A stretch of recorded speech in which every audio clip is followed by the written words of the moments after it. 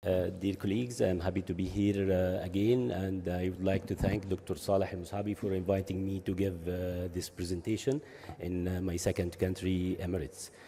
First of all, I think all of us is accepting this idea that in phacoemulsification we have two powers. First one is the fluidics, and the second one is the power itself, which is the ultrasound.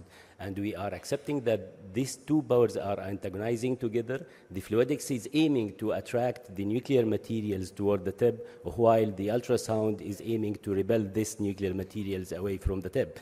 So that how to adjust these two powers to have an efficiency where there is to decrease the repulsion of the nuclear materials and preventing this nuclear material from affecting the endothelium of the cornea and the iris and producing an inflammation postoperative and cystoid macular edema, as we all know. I think we all accepting that this is the fluidics we are used to adjust. First is the flow rate and the vacuum and the leakage from the side ports and from the main incision, and the inflow represented by the irrigating fluid and the resistance that we encountered inside the tubes and the tip of the phaco and the irrigation sleeve. All these two inflow and outflow, we are aiming to reach the balance during our procedure to avoid the collapse of the anterior chamber and what we call it a surge. So that we are usually aiming to adjust the inflow and outflow. If we have some instability of the anterior chamber, we are aiming to elevate the irrigation bottle to the high level to avoid this collapse inside the anterior chamber, so that we are going to compensate the high outflow with the increasing of the inflow to reach the balance.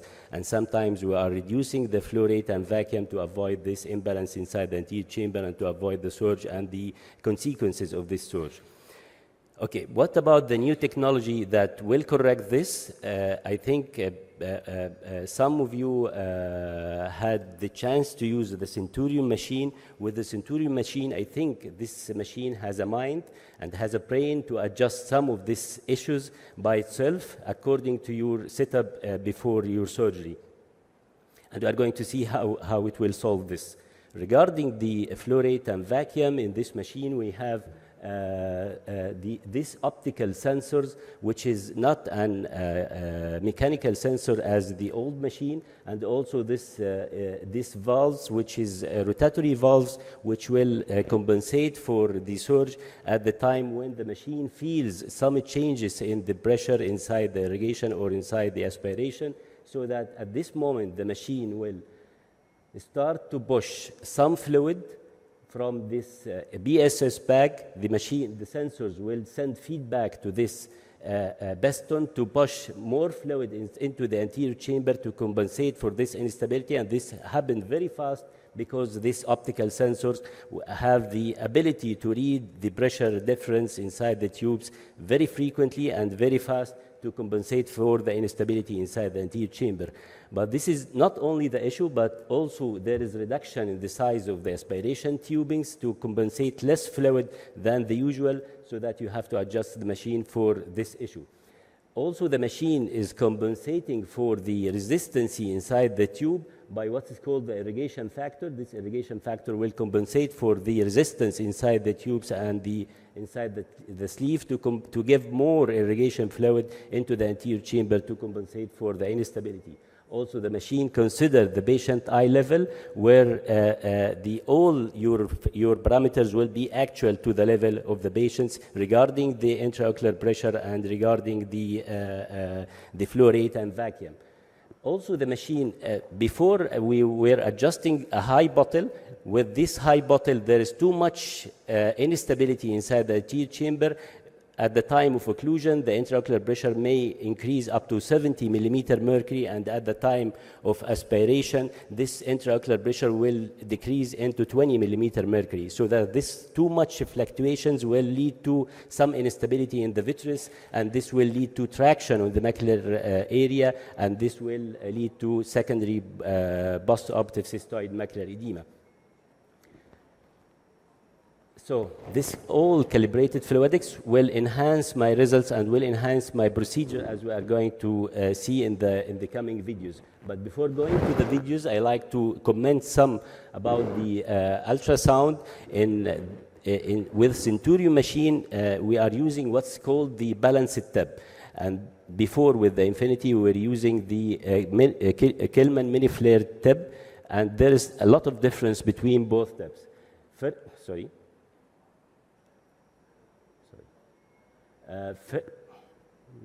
First is that in the mini flare Kilman tab, there were one bend only, while in the balanced tab, there is two bends. These two bends will lead to increase the stroke length of the balanced tab from 130 in the mini flare Kilman tab into 190 microns in the balanced tab, so that the stroke of the balanced tab is very large.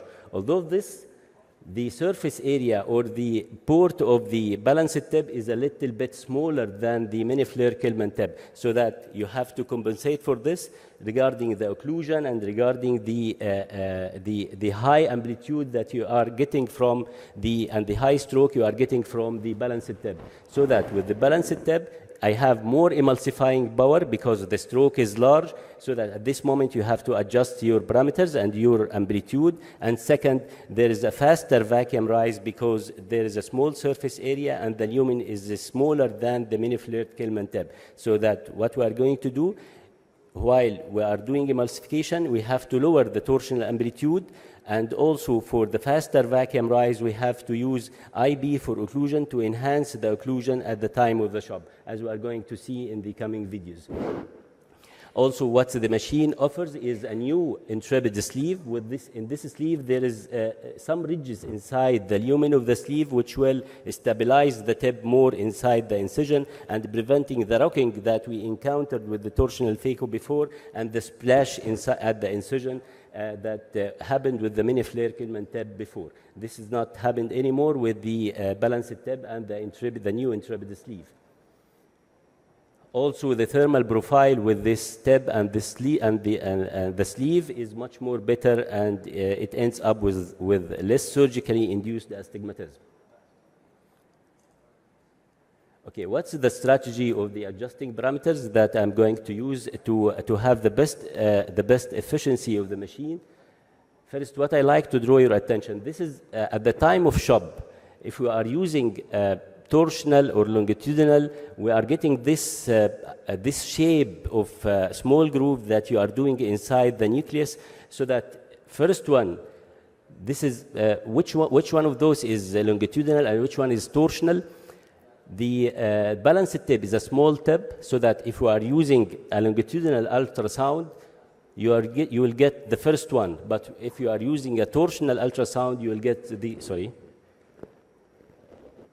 you will get the second one.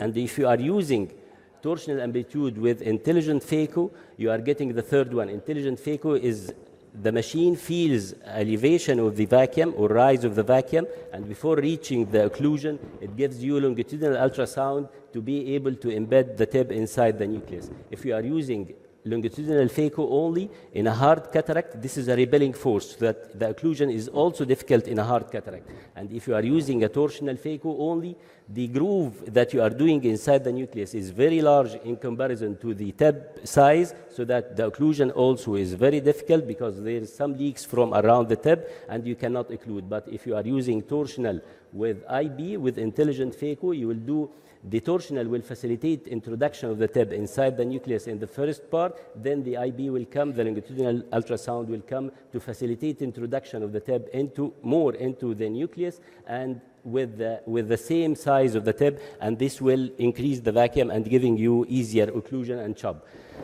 And now this is a grade 2 nuclear cataract, and this is my routine technique in all cases. In grade 2 nuclear cataract, my advice is to lower the amplitude and to lower the fluidics at the time of the shop, to be able not to aspirate the nuclear part, the nucleus with the tip, with the high vacuum and the high flow rate, so that reduce both a little bit to be able to embed the tip inside the nucleus without aspiration of this nuclear material. And I'm using a torsional, using transverse reverse shop in all of my cases. And as you are seeing, the sleeve is retracted a little bit because the surface area of the tip is small, and I'm counting on the length of the tip introduced into the nucleus to be able to have a good grab of the nucleus and to be able to shop efficiently and to emulsify properly.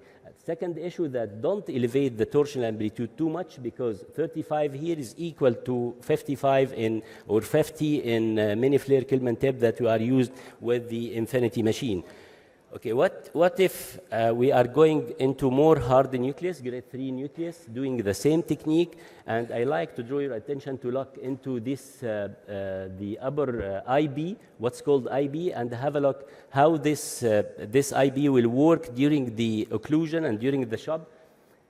First of all, this is what I'd like to comment, that doing this small trench, or this trench or groove inside the nucleus to facilitate the rotation of the nucleus over the tip. Because if you don't do this and you are doing quack shop, the classic quack shop, this nucleus, it should rotate over the tip, but this nucleus will face a resistance from the underlying nucleus, so that it will not rotate efficiently over the tip, and this will hinder the rotation and leading to occlusion, and this will affect the torsional efficiency. So that, look for the IB again. This IB is illuminating time by time in each shop. It means that torsional phaco is working in first, then the longitudinal ultrasound comes in the form of the IB to facilitate the occlusion with the nucleus, and after that, adjusting the torsional amplitude here into 55, because this is grade 3, to facilitate the emulsification of the nucleus. And have a look, by adjusting the fluidics, the flow rate and vacuum and the torsion amplitude, it looks like an aspiration and not emulsification. There is no repulsion at all. Everything is calibrated and tailored to have such emulsification of the nucleus. It is almost aspiration. There is no repulsion at all. The machine has a brain to stabilize the anterior chamber, and for you to be able to emulsify efficiently, you don't bother yourself with adjusting the fluidics during the procedure. Just fix the parameters before starting your case, and then focus on how to emulsify the nucleus and how to shop and how to aspirate the nuclear particles. Okay, more hard nucleus to see what's the difference in the parameters.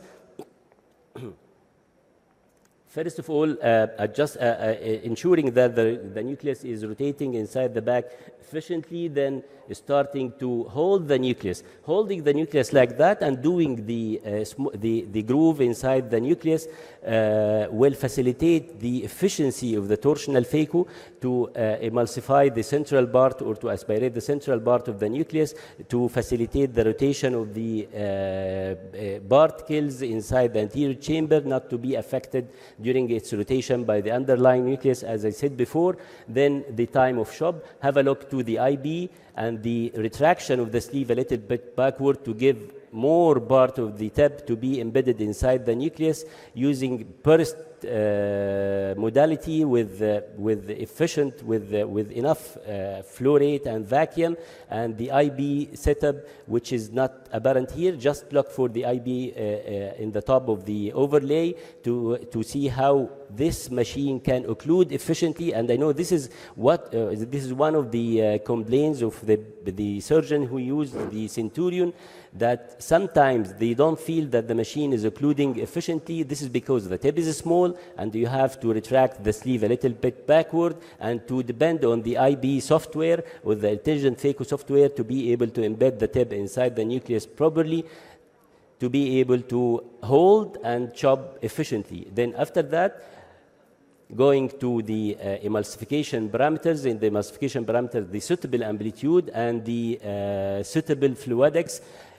When I go into more hard nucleus, I lower the flow rate more, because I don't like to have occlusion with the nucleus. Occlusion with the nucleus in torsional phaco means repulsion, so that no need to occlude.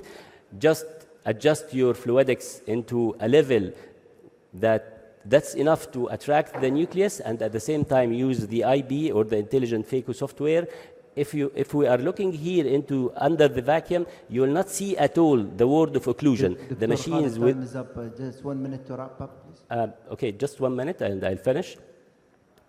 Okay, this is not the limit of the Centurion machine. This is a Cataracta Negra, and sorry because the video is transferred from right to left. This very hard, this is Cataracta Negra, and have a look to the way the machine is aspirating the nucleus. Although it is very hard, it is a black cataract. There is no repulsion at all with the adjustment, with adjusting the parameters into such level.